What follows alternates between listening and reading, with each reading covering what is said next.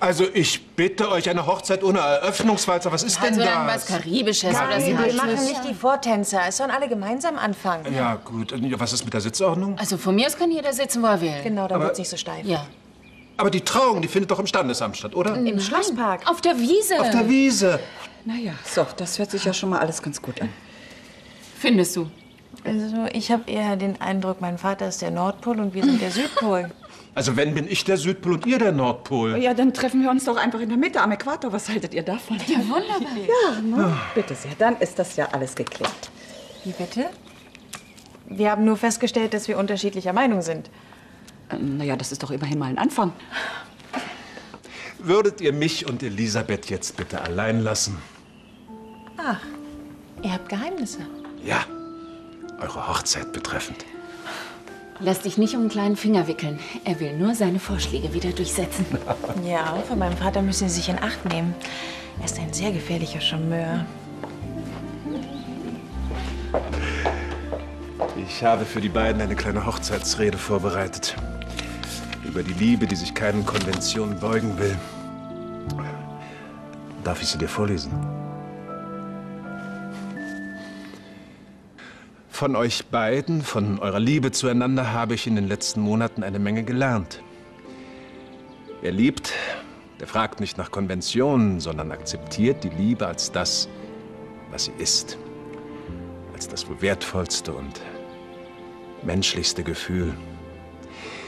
Die Liebe ist das Wichtigste im Leben eines Menschen und sie ist das letzte große Abenteuer. Wenn man versteht, wie ihr beide sich ihr hinzugeben, ohne Wenn und Aber. Also, das letzte große Abenteuer, klingt das nicht ein bisschen pathetisch? Nein. Ich finde, diese Stelle finde ich wunderschön.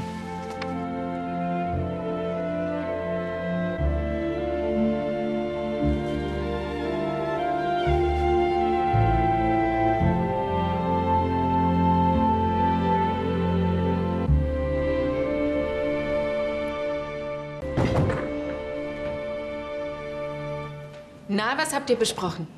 Wie soll die Hochzeit ablaufen? Hat mein Vater auf Brautjungfern in rosa Türkleidchen bestanden? Oder auf einem Hochamt in Latein? Ja, dann wünsche ich noch guten Appetit.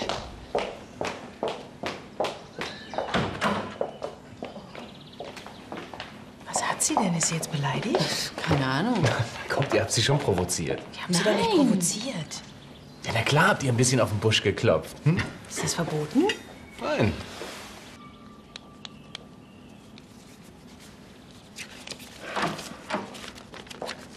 Störe ich?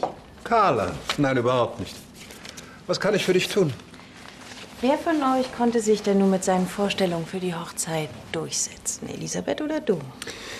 Diese Frage kann ich mit einem ganz eindeutigen sowohl als auch beantworten.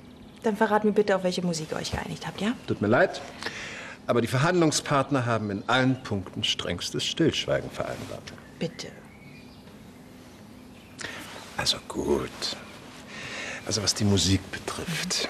Ich habe da vor einiger Zeit eine Tanzkombo gesehen, die Schlager aus den 50er und 60er Jahren spielt. Das ist nicht dein Ernst. Doch, das sind ganz exzellente Musiker. Und du traust mir das nicht wirklich zu. Nein. Also gut, dann musst du dich überraschen lassen. Vertrau deinem Vater. Es wird ein wunderbares Fest, Carla. Das weiß ich. Und dafür bin ich auch sehr dankbar. Besonders nach deinen anfänglichen Problemen. Du weißt schon. Carla, ich habe nie gesagt, dass ich nicht akzeptiere, dass du Frauen liebst. Und deshalb finde ich es jetzt umso schöner, dass du dich sogar an den Hochzeitsvorbereitungen beteiligst. Ich möchte, dass meine Tochter glücklich wird, nicht mehr und nicht weniger. Das möchte Susannes Vater auch. Aber er schafft es einfach nicht, über seinen Schatten zu springen. In diesem Punkt ist Elisabeth etwas fortschrittlicher. Ich finde es übrigens toll, dass ihr euch so gut versteht. Das tut ihr doch noch. Ja, ja. Es klappt alles wunderbar. Ist alles in Ordnung. Ja, alles prima. Beruflich und privat? Bitte? Elisabeth und du, ihr seid ein richtig starkes Team. Ich bin stolz auf dich.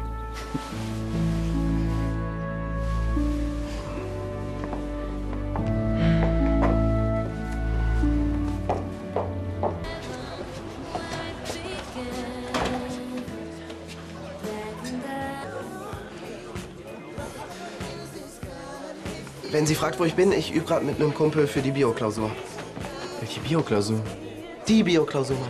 Ach, die! Na klar, dann lernen wir schön, ne? Hier, Fortpflanzung und so. Das Sakko kenne ich gar nicht. Das muss er sich von Konstantin geliehen haben. Ja, warum wohl? Du meinst ein Mädchen? Na klar. Ich würde es ihm gönnen. Vor allem, wenn sie deutlich jünger wäre als du. Oh, danke. Wie charmant. Du weißt, wie ich das meine. Er soll endlich ein Mädchen in seinem Alter kennenlernen. Nicht so eine alte Tante wie mich. Schon klar. Diese alte Tante will ich bald heiraten. Schon vergessen.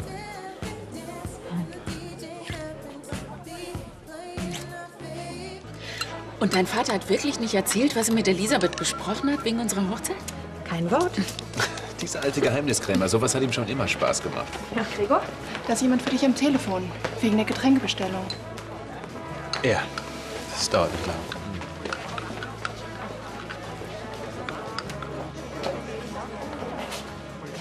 Hallo? Ist das eigentlich alles nur aufgesetzt oder hat er das mit der geplatzten Hochzeit wirklich so gut weggesteckt? Also ich glaube, er macht komplett dicht, um sich dem Schmerz nicht stellen zu müssen. Ja. Man frisst alles in sich rein, bis nichts mehr geht. Er lenkt sich zwanghaft ab. Bei den Vorbereitungen zur Eröffnungsparty, da war er gar nicht mehr zu bremsen. Das weiß ich.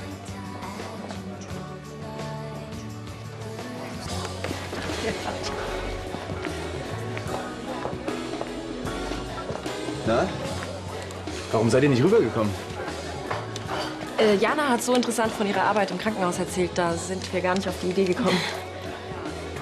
Wir machen uns etwas Sorgen um Gregor, wie er mit der Trennung von Max umgeht. Ist doch nicht mehr ganz normal, oder? Er sollte mal wieder was Schönes unternehmen. Zum Beispiel am Rhein. Also ich kann mich immer am besten beim Sport abreagieren. Inlineskaten an der Rheinpromenade. Ist doch perfekt. Das ist eine gute Idee. Wirklich gut. Kommt ihr mit? Morgen früh? Ich hab Frühdienst. Und Sie? Ja, gerne. Sarah Hoffmann? Das Dienstmädchen? Ja. Warum denn nicht gleich mal Frau Kepler? Wieso denn nicht? Es war Ihre Idee. Ich dachte nur, ihr zwei, Gregor und ich.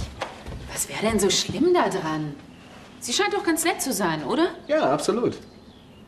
Sie ist eine Angestellte. Das bin ich auch. Wenn Sarah nicht zufällig Dienstmädchen hier auf Königsbrunn wäre, Das ist sie aber. Carla, das ist jetzt nicht dein Ernst. Haltet mich für hoffnungslos altmodisch? Ich möchte nicht, dass sie an unserem Ausflug teilnimmt. Weißt du, was ich gerade merke? Ich heirate einen Snob. Du kannst es dir ja noch mal überlegen. Ich bin kein Snob. Ach ja. Privat möchtest du nicht mit niederem Volk verkehren. Von Rechts wegen dürftest du dann auch keine publike Taxifahrerin heiraten. Das ist doch was ganz anderes. Wieso? Du bist nicht meine Angestellte. Ich finde, es verkompliziert die Dinge einfach, wenn man ständig zwischen Kumpel und Befehlsempfänger hin und her lavieren muss. Das wäre für diese Sarah doch auch nicht leicht. Und vielleicht will sie es auch gar nicht. Ich bin mir ganz sicher, dass Sarah flexibel genug ist, um zwischen Arbeit und Freizeit zu unterscheiden. Ich habe einfach kein gutes Gefühl dabei, wenn die Angestellten alles über unser Privatleben wissen. Carla, wir wollen nicht dein Tagebuch lesen. Wir wollen bloß Inline-Skaten. Genau, was ist daran so geheim? Also gut. Wenn ihr unbedingt wollt.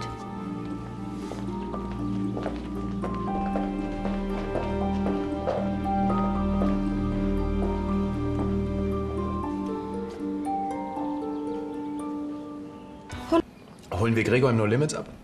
Der kommt mit seinen Blades direkt zur Rheinpromenade. Auf den Dingen durch die Stadt? Der traut sich was. Um Gregor brauchst du dir keine Sorgen zu machen. Der skatet schon seit Jahren. Oh, ich merke schon, ich bin von lauter Cracks umgeben. Da werde ich mich ja schön blamieren. Bei unserem letzten Ausflug warst du doch gut dabei. Das habe ich aber anders in Erinnerung. Und seit damals bin ich nicht mehr gefahren. Das ist wie Fahrradfahren. Wenn man es einmal kann, verlernt man es nicht mehr. Du hast mich noch nicht gesehen. Ich bin froh, wenn ich mich auf den Rollen halte. Oh, Sie haben bestimmt schon auf uns gewartet, während wir uns hier noch die Bäuche vollschlagen. Nein. Ich kann doch nicht mitkommen. Ich habe plötzlich schreckliche Kopfschmerzen bekommen. Na, wie gut, dass ein Arzt im Haus ist. Und der verordnet Ihnen bei Kopfschmerzen viel Bewegung an frischer Luft. Das hat noch nie funktioniert. Leider. Sie wollen also tatsächlich meine ärztlichen Ratschläge in Zweifel ziehen, ja? Nein, aber... Das wollte ich Ihnen auch nicht geraten haben. Wie schlimm ist es denn wirklich? Kommen Sie, Sie können uns doch jetzt nicht hängen lassen. Aber... Jetzt drängen Sie doch nicht. Also in Wirklichkeit ist es so. Ich kann überhaupt kein Inlineskaten. Ich würde Sie alle bestimmt nur aufhalten. Du weißt ja gar nicht, wie gern ich das höre. Ich bin auch blutige Anfängerin. Und du würdest mir einen Riesengefallen tun, wenn du mitkommst und ich nicht die Einzige bin, die sich zum Horst macht.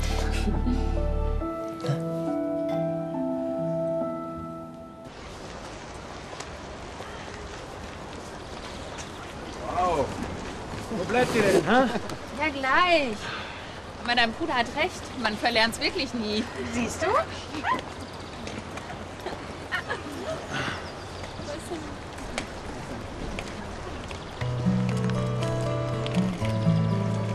Kommen Sie, ich helfe Ihnen. Das ist auch dringend nötig. Ganz schön wackelig, die Dinger. Ja, aber nur solange man steht. Wenn man erst mal rollt, dann geht das fast von allein. Wenn Sie das sagen. Probieren Sie es aus. Na dann. Ja, genau. Sehr gut.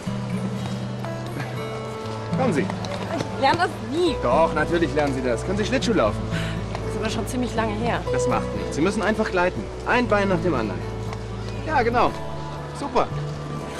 Schaut, hä? Entschuldigung. Das macht nichts. Was ist denn mit dir, du Verkehrsraudi? Pass auf, wie wär's mit einem kleinen Sprint? Die beiden warten schon. Oder hast du Schiss?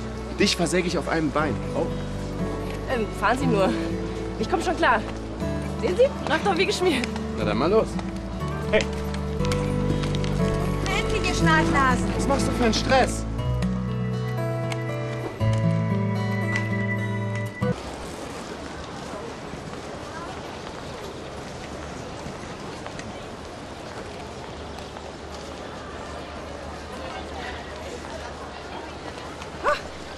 Warte, ich komme. Ich mach das. Ausgerechnet. Ja, bevor ich mir von euch nachsagen lasse, ich kann's meine Angestellten aus.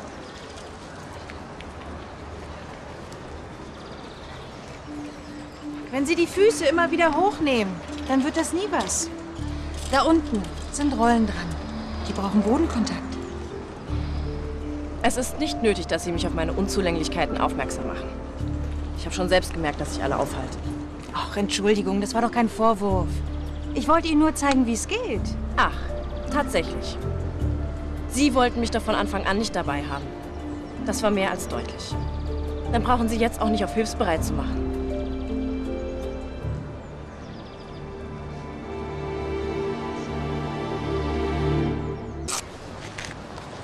Aber Sarah, das ist doch Quatsch. Wir freuen uns wirklich, dass Sie mitgekommen sind. Natürlich ist es nicht ganz leicht, gerade am Anfang, aber irgendwann kommt man da rein und dann macht's auch Spaß. Ich gehe nach Hause. Das ist ja schon gut. Darf ich?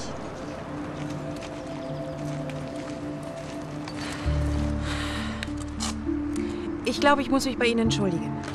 Nicht nötig. Doch. Sie hatten recht. Ich war tatsächlich nicht begeistert, als ich erfahren habe, dass Sie mitkommen. Was Indiskretion über mein Privatleben angeht, bin ich ein gebranntes Kind. Ich hatte Angst, dass unter dem Personal die Runde macht, was ich so in meiner Freizeit unternehme. Keine Angst. Von mir erfährt niemand was. Ich lege für Sarah meine Hand ins Feuer. Ich spreche da aus eigener Erfahrung. Sie ist absolut diskret und glaubwürdig.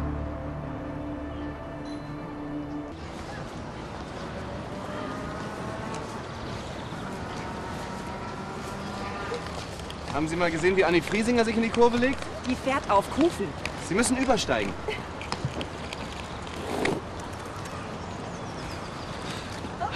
Achtung. Ja? Ich komme ja tatsächlich voran. Ich glaube, jetzt kann ich es auch alleine. Bitte? Ah. Ich werde immer schneller. Wie sind hier die Bremsen? Sie müssen Kurven fahren.